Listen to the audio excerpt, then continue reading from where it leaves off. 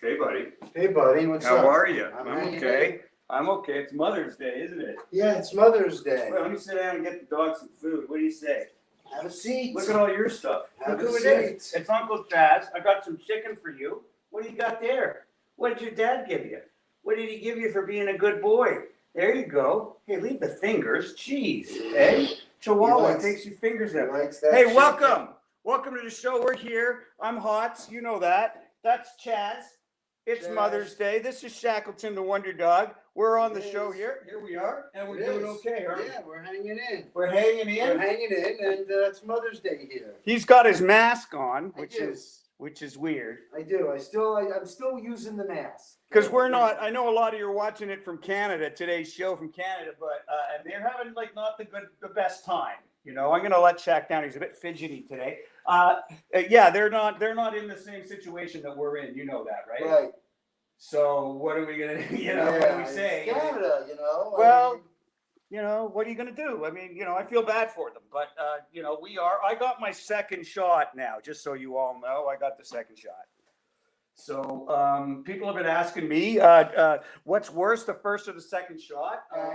I find them to be the same. I think they're both equally shit. Really? Yes. See, I got the first shot. I didn't have a problem. The second shot, people say, is the one that you get the problem. Well, you know, I got a problem with both shots. So that's why I say for me it's like the thing. Anyway, happy Mother's Day to everybody. That's why Mother's Day. We've done a big thing here, haven't we? Yeah. It Look looks what like we did. It looks like your mom is your Valentine. Well, look at you had to put her. Listen, I'll tell you what happened, Chaz. I had a problem. I had a bit of a problem. All right. What happened was I ordered a whole bunch of Mother's Day stuff from Amazon. And then at the last second, I got the guy saying, oh, we somehow lost it.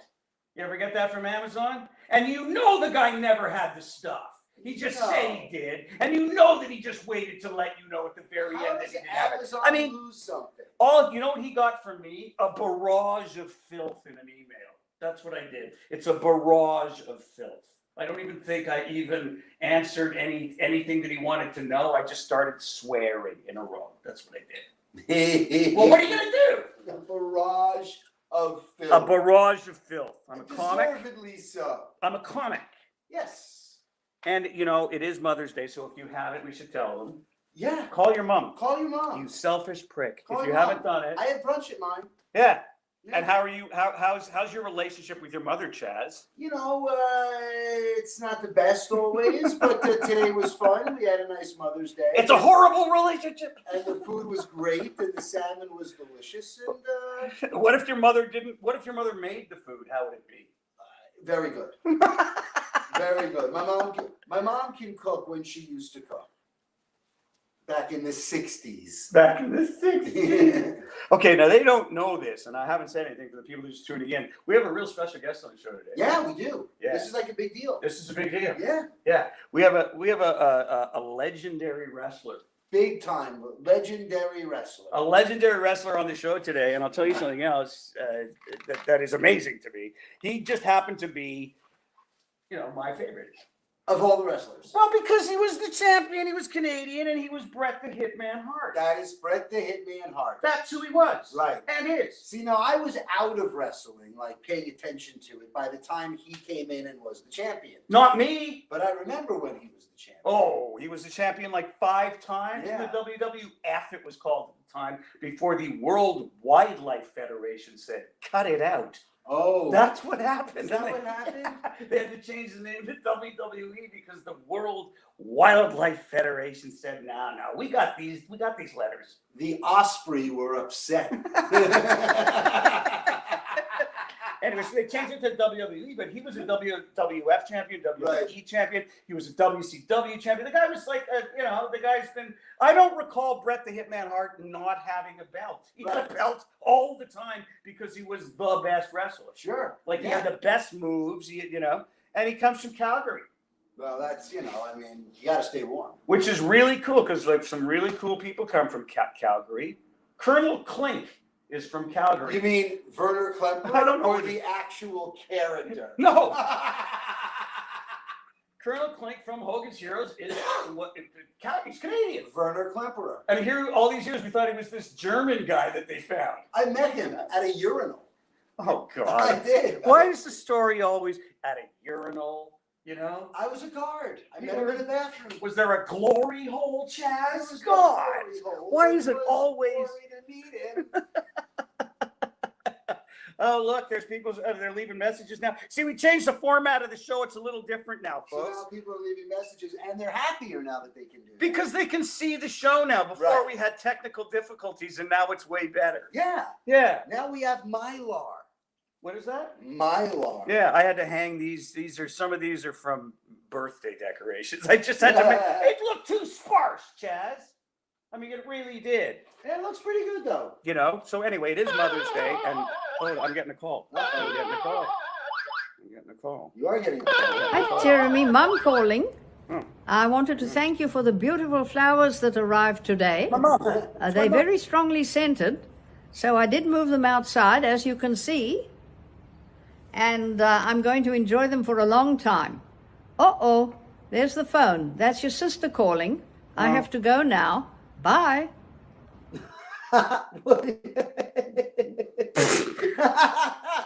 Well, I sent my mom some flowers, and she didn't really have a lot of time to talk to me. Clearly, she's going to got- enjoy them for a very long time. Yeah, with my sister. Is that the first time she's ever gotten flowers? No, I sent flowers from time to time. I guess, you know, she moved them outside because they were too smelly That's for what she inside. said. That's hilarious. That's what she said. Flowers smell. Maybe they were daisies. Daisies smell like ass. Yeah, daisies aren't good. You see, when you send your mother, like I live in LA and I send it to Vancouver to my mom, Right. you don't know what they deliver. No, you that's have no the idea. thing. You don't understand because it's No. a different country. They say on our side it's gonna look something like this, and you don't And know. by the way, that's the same thing that happens in another state. If you send like a florist thing to another, unless it's like red roses, they will put together what they have.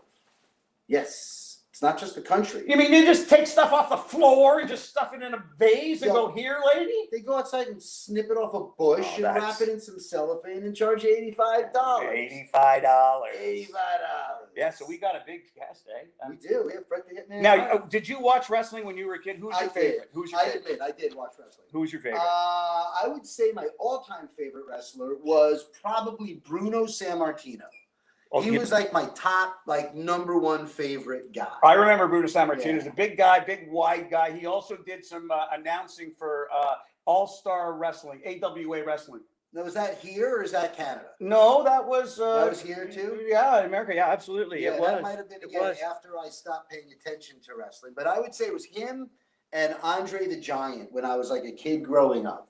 Andre the Giant. Andre the Giant. Yeah, Andre the Giant wasn't a great wrestler, folks, but he was the biggest guy. He had the best name. Andre the Giant, because he was the biggest guy. He was the What are biggest you guy. gonna? I mean, if you're Yeah. a wrestler and you call yourself, Stuart the Midget, no, it's Andre the Giant was the biggest guy, but you guys got the best name. I saw him live. I'll tell the story later on, the whole story, but I saw Andre the Giant live. And when you see him live, and I was a kid, I was just a kid. I was like 7 or 8 or something like that. I saw him live, and you see a guy that size when you're that age, and you immediately think, I got to get the hell out of here. Like right away. Right away, you go, I got to get out of here. That guy's huge. I better get out of here. Yeah, he reminds me of the Leaning Tower of Pisa. Well, yeah, later on in his life when he started to lean. It happens, man. Yeah. Let's bring in Shannon. We got to move ahead because we got a big let's guest go. on. So let's bring Shannon in because we got a big contest today too. So we're gonna bring Shannon in. Yeah, And hey, there she There is. And she's dressed like Wonder Woman because she's I don't know why. She's a mom, I guess. And she's it's happy so everybody wish Shannon a happy Mother's Day because she has children. Shannon, yay. She has children, right? Hi, everybody. Happy Mother's Day to all the mamas and the others, the grandmas, the aunties, everybody who steps up. Happy Mother's Day to you. I'm going to say cheers. Oh, there she goes. Look at her there with her Wonder Woman thing. I don't know. It's odd. It's oddly erotic, isn't it? Right? Because you see a woman in a costume and then it turns into like a whole thing, right? I don't know what the hell that is. Yeah. Actually, I'll be honest. I heard we were having like a really hot wrestler on, so I thought that we needed to dress the part as in wrestle gear. So this was the closest I had. So Got a bit of a thing for Bret the Hitman Hart, do you, Shannon? okay, who doesn't? Seriously. I was talking to some of my friends and they were like, yeah, you know, he's just enough to make anybody turn. So there you go. You know, On that note, we should get to prizes. Oh, yeah, right. Yeah, right. I want to hear everything Bret has to say. Let me just ask you this first. Do you like men that are aggressive? Is that what it is? I need an equal partner, so they got to they got to match me. Yes. So she's aggressive. I'm a whole lot of women. I you know, heck, I've been friends with you for like 18 years, so I'm very good at being off the cusp. So they got to match me. They have to match me on wit. So yes. Isn't that a song? Whole lot of woman. Oh, I thought off the cusp. I hear like a Shaka Khan song or something in the background. Anyway, can we get to the prizes? Because I really want to hear Bret speak. Yes. Okay, yes. okay. So guys, I am super excited and I have to admit, I'm a little bit jealous because this time we are going to give away 3 prizes. I'm not kidding you. Bret, with all his generosity, is going to also offer two prizes.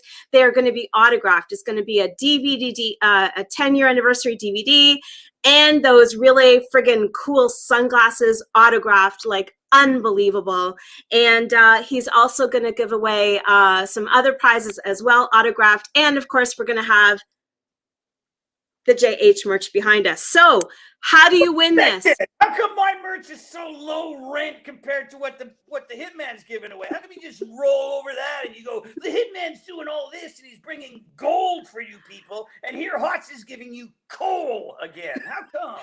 I don't know, but I hear angels sing every time you say Bret the Hitman Hart. So I don't know about everybody else, but I hear angels.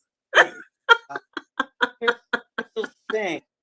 You know? All right, I got to do my thing. So there is a trick. You have to share to win. It has to be public. It goes into the fandomizer, and then I'm going to come back at the end of the show, and we're going to announce 3 winners. So you still have time. Enjoy the show. Do your comments, and I'll come back at the end. All right. See ya. Thanks, huh? Wonder Woman. Good Lord. Right. Good Lord. What's happening to my show? I don't know. Turning it crazy. She sits over there and she's dressed up in a costume. Have a kid and entitles you to be a cartoon character. Unbelievable. So we don't we do have this is really cool. We got Bret, and we're gonna we're gonna bring him in, and we're gonna bring him in with his intro music, aren't we? So let's all welcome to the show my buddy Bret the Hitman Hart. Here he comes.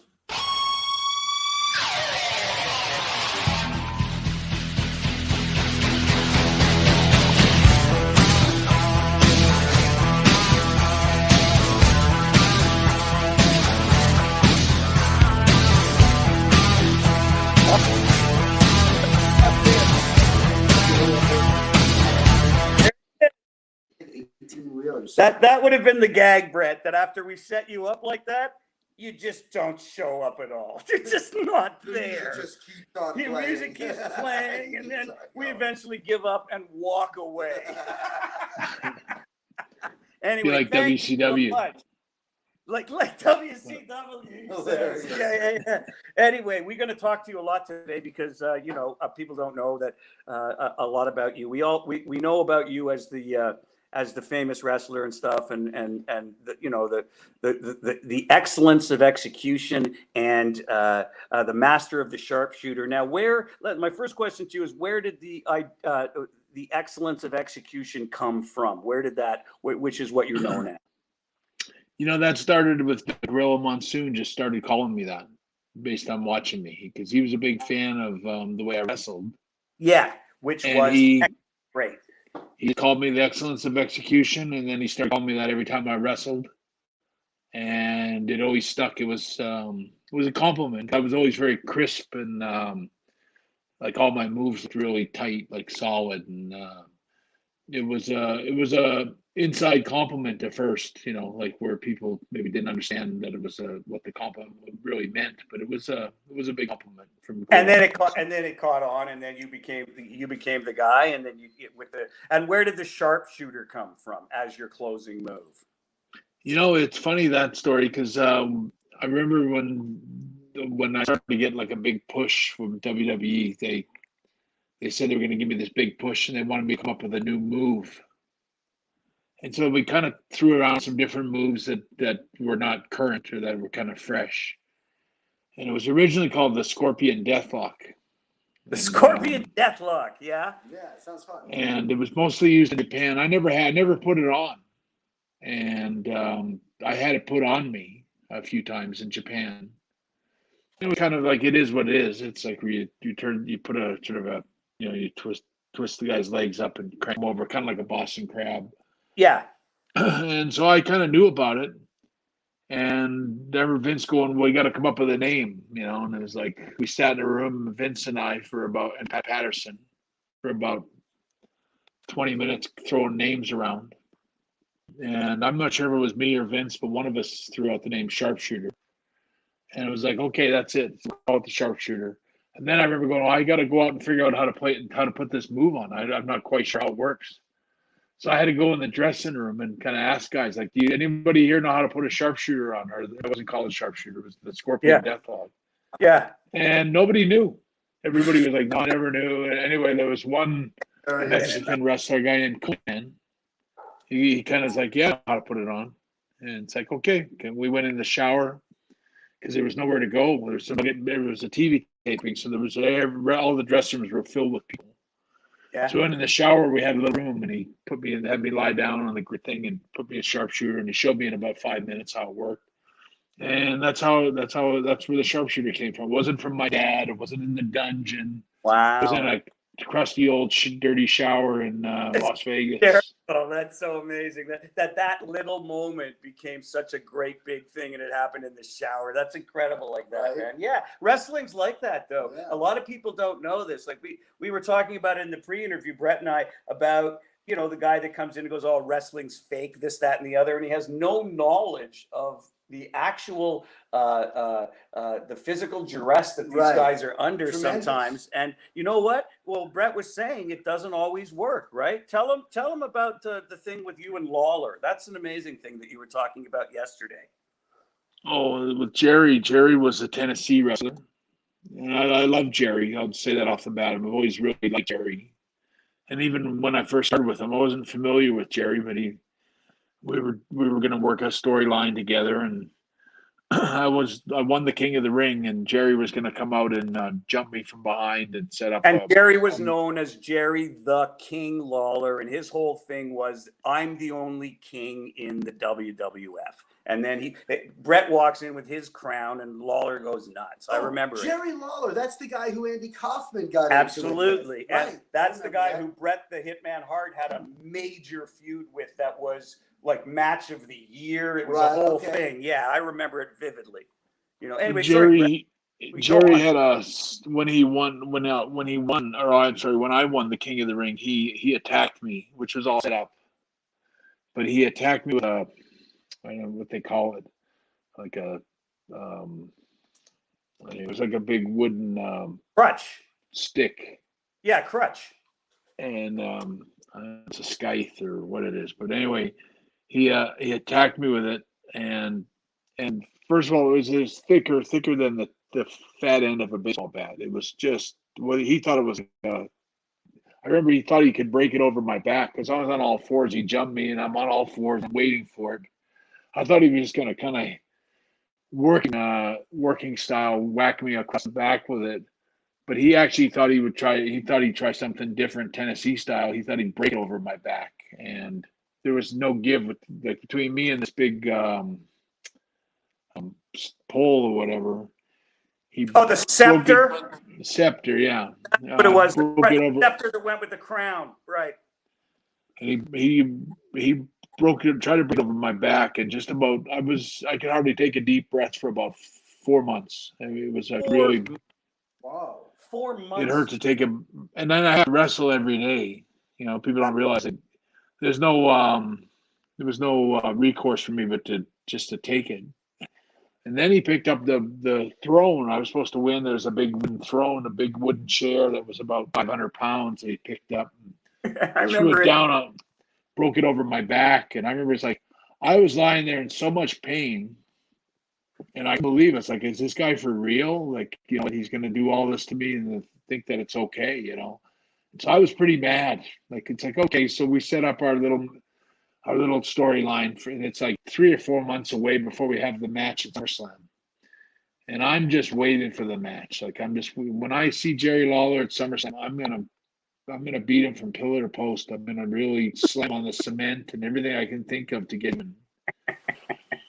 And so we get to SummerSlam. This is in August, and we have our match, and it's all storyline. They say we're gonna change the storyline in the match.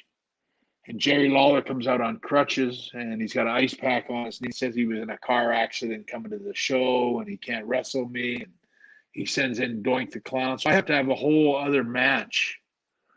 I wrestle a 15-minute match or 20-minute match with this Doink the Clown, who was a good wrestler. I wrestle him, but it takes a lot of energy to wrestle a whole match with somebody. And then Jerry Lawler, I put Doink the Clown in a sharpshooter, and I got my back against towards the crowd, much of this crowd on all four sides, on the walkway or whatever. And Jerry Lawler's supposed to come in and whack me with his crutch. He's on the crutches all the time outside the ring. And so when Jerry Lawler comes in from behind, he's going to whack me with a crutch. I'm expecting sort of a gentle tap over the back, maybe on my trap or something. Jerry goes Tennessee style and decides he's going to take my head off with this crutch. And he swings this crutch like he's going for a slap shot or something. It's just the hardest. Yeah. He completely wrapped that crutch right around my face. I remember I fell out of it really hurt me. And I'm lying on the ground. I remember feeling my face I thought he split my face open. Jesus. And I kept feeling around for blood to come, but there was none, thank God. And it didn't, because I had a big scar like Scarface after that. Yeah. But I remember lying there on the mat. So then they make Jerry and me wrestle after that. So I had a whole match. Plus I got to wrestle Jerry. The storyline is, you're not hurt. You got in the ring and interfered. So you have to have this match with Bret Hart as planned. Mm-hmm. So they throw us in this match. And I was so mad at Jerry. And I say I love Jerry now. And we've talked about it, joked about this whole thing. But that's just how they work in Tennessee. Real dangerous. And so yeah, it's dangerous. Yeah. So it's like, okay, I remember I got to fight through the crowd to get to Jerry, like, and get him and drag him out to the ring and throw him in the ring, and we start our match. And I remember I fought for real to get to him. Like, I'm pulling guys and referees. People sort of to restrain me. But and I just know that, like, when I fought Jerry that day, I hit him with every punch as hard as I could. I punched him in the face. I punched him in the head. Jerry never even noticed the difference. That's what he style. And then the key was I put him in a sharpshooter. Yeah, I put Jerry in a sharpshooter at the end of the match, as planned. But I wouldn't let him up. I put it on, and I cinched up on it, like where it's like it's a real hold. I'm twisting them up. And it hurts, right? It hurts for real. And it really hurts. Yeah. And in wrestling, when something really hurts, when somebody's hurting you, they usually give you a gentle pinch on the, anywhere. They pinch your ankle or wherever they can reach. They'll let you know, hey, like, loosen up. You're hurting me. Really? Okay. So he's always doing is pinching my heel and my boot, going, like, giving me what they call the office, that he's had enough, like, lighten up, and I just push back more. And I put it on for like maybe 5 minutes. And then I remember when it was done, he couldn't even walk back to the dressing room. He had to crawl like an alligator all the way back on his stomach, all the way to the dressing room. And I remember when I came back, he actually crawled and then crawled up the stairs and slithered like an alligator all the way down the hall. And Aaron Neville, the singer, was there, and he was watching the whole thing. He had done the anthem that day. I just remember he looked over at me and he goes, "You did a number on that guy," and and he was right. And that was my payback for Jerry hitting me with the throne, scepter, and all that other stuff. Yeah, and that's what you say to people who say wrestling is fake, right? Yeah, yeah, it ain't. So there you go. I mean, who wins and loses. Now, this is really interesting too. I want you to hear this, folks, because this, and I know a lot about wrestling, and this is what I didn't know. And my buddy Brian, who also knows a lot about wrestling, didn't know this either. But Bret laid this on us yesterday that was pretty much one of the coolest things I've ever heard. About, can you explain about wrestling used to be real, like the result wasn't fixed, and why that changed? Because that's an amazing story. I never knew it. Well, wrestling was pretty much a legitimate thing until Strangler Lewis. I think it's in the 1920s or so that he became world What champion. was his name, Bret? You broke up there. Strangler Ed Lewis. Strangler Ed Lewis. Strangler Ed Lewis was his name. Right. Okay. And he was nobody could beat him. And he fought anybody, or anyone around the world. He'd fight anybody, all comers. But he was the legitimate world champion. And In what those days, year? What year about? probably about 1920. In the 20s. Okay. Yeah. And then he got where they sometimes the wrestling matches in the 20s, in the 1918, 19, like from the early 1900s. The wrestling matches would be like 3 hours long. Two guys, and they would just wrestle forever. Like you can imagine, like UFC with kind of like no rules. They just wrestle and maybe get a front face lock or a headlock on a guy and hold the guy down for a couple hours, and then the guy would finally get out of it, and then they keep wrestling. Anyway, these matches would take really long time to, sometimes hours. I think there was a match sometime in Montana from those days that lasted like 7 hours or something. It was like, nobody wants to watch anything for 7 hours. This is before cameras and stuff. But Yeah. anyway, wrestling started getting it was too legit. And a lot of guys were getting hurt. And nobody could beat Strangler Ed Lewis. And finally, they worked out a deal where somebody would, if he would let somebody beat him so that he could take some time off, because he was going, I can't keep doing this. It's like the UFC. He can't keep fighting for real every night. And he's getting older. And Strangler Ed Lewis said, look, if you guys want to work something out where somebody beats me for the title, I'll let them win the title. But he only did it on a count out. He said, I'll lose on a count out where I don't get in the ring in time. Right. And they said, okay, that'll work. And then they made somebody else champion, and that allowed him to take some time off. And then that guy got beat by a guy for real. Somebody said, I beat that guy. And whoever the new champion was, somebody beat him without permission and took the title from that guy. And so then the promoters that, when Ed Lewis had sort of retired and gone home, they came back to Ed Lewis and said, we got some guy, we can get the belt from him. Yeah. We need you to take him on to beat him and become champion again. And anyway, that's when the first wrestling endings got orchestrated. And wrestlers started to realize it was easier to, instead of wrestling each other every night and hurting each other or trying to break each other's arms and stuff like that, like UFC, they said, let's work this out where I don't break your arm, but maybe the next time we come back in a rematch and we draw some money. Yeah. And we don't go 7 hours in a match. We'll cut it down to like 35 minutes or something. Yeah. And they started cooperating. That's how wrestling became what it is. I never knew that it came from being real like that. And then they said, we got to cut this out because we can monetize it. That's pretty cool, isn't it? Well, think about it. You go from 7 hours down to 35 minutes. You charge the same amount at the gate and no one's getting hurt. Yeah. That sounds like a bargain. We should do that with this show. Everyone's getting hurt. Yes, we should go from 30 minutes to 5. Okay, I got to ask you this, Bret, because, time flies, when you start talking. So here's the thing. I got to ask you this question. I don't know why I want to ask you this question, but it's just, I've always thought it. Have you ever wrestled a guy, like hated to wrestle a guy because he just smells and you like don't want to go near the guy? Like, is there a guy that I hate, the guy stinks, you know what I mean? And he just didn't want to wrestle. Yeah, there is guys like that. I knew it. Of course. I knew it.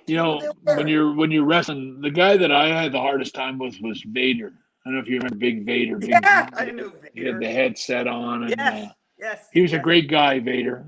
But he was like wrestling a cement truck filled with barf. It was like, it was tough because You know, when you first wrestle, like, you know, like anybody, we all wrestle. We can't do our laundry for weeks. You're not in the same town for 2 days or 3 days. That's For like, wild. oh, Really you can only get your laundry done when you go home. Oh, And so you wrestle one day and your gear doesn't smell too bad, and the second day, and the third day, and the fourth day. And you know, it's funny. I used to always wrestle, and my wrestling gear got soaked right through. Like it was so wet when I bring it back to my hotel room. Yeah. And I would always take, because I got to my room, I would take all my stuff out and lay my long tights, my short trunks, and my knee pads and my socks and everything. I put them over the lamp in the room.